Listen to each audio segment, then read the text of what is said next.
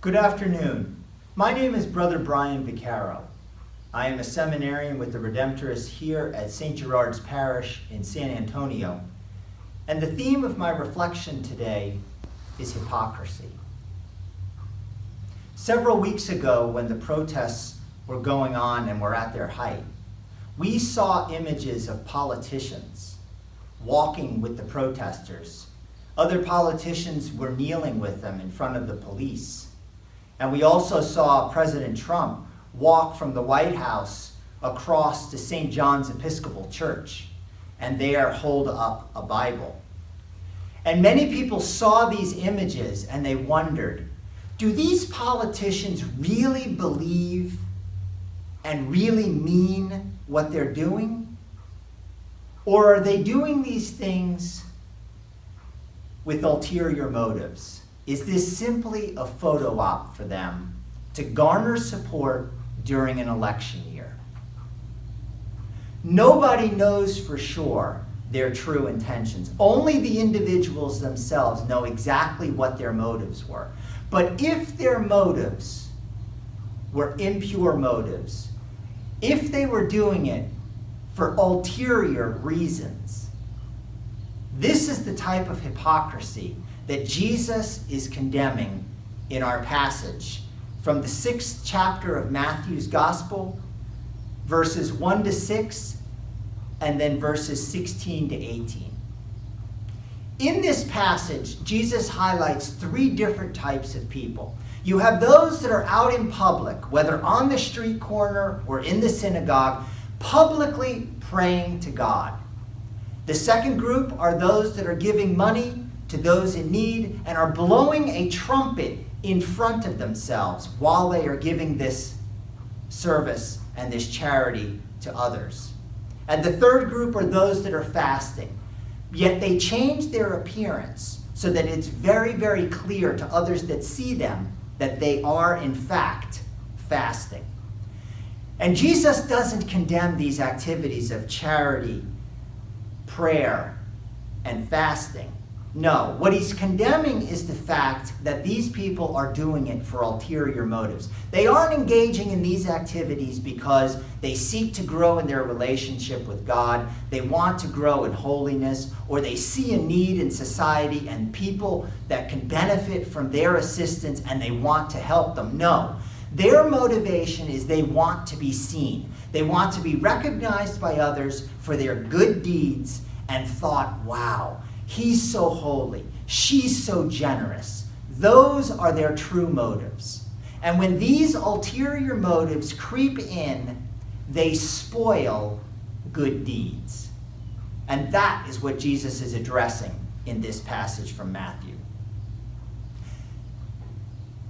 We are called to be people that act with pure motives.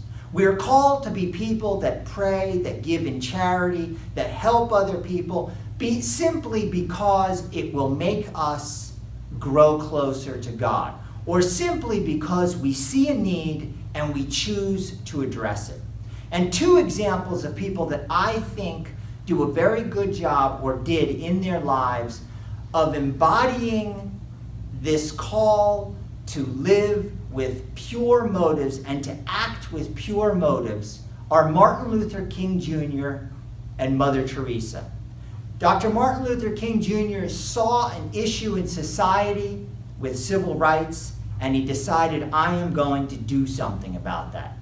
Mother Teresa saw the poverty in India and said, I will do something about it. And neither one of these individuals undertook their endeavor because they knew they would make money, or because they would win an award, or because it would get them a book or a movie deal. No. Their motive was simply they saw a problem, whether in the realm of civil rights or in poverty, and they said, what can I do to address it? The same is true for us.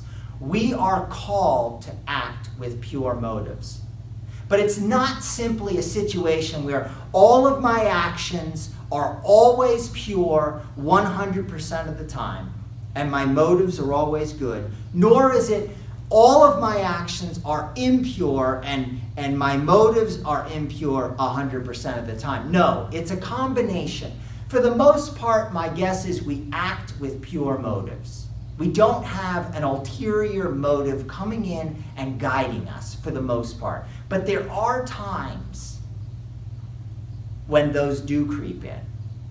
And those are the parts of our lives that we are called to recognize. For example, do I participate in volunteer activities because I believe in the organization that I am helping? Or am I doing it simply because I want people to see me doing good? Do I give money to charity because I want to support the organization? Or am I doing it for the tax benefit?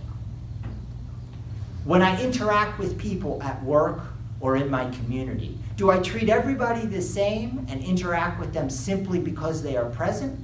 Or do I only select certain people and interact with them because they're movers and shakers and they might be able to do something for me down the road? This gospel passage challenges us to look at our motives. And if we identify issues with some of our motives, we're called to make changes. We're called to become people who act with pure motives, like Mother Teresa and Dr. Martin Luther King. So hopefully when we recognize these in our lives, we will make the necessary changes. But some people may choose to not make the necessary changes. They may not be willing to put in the work. And if that is the case, if we choose to go that route, we run the risk of being lumped in with the hypocrites.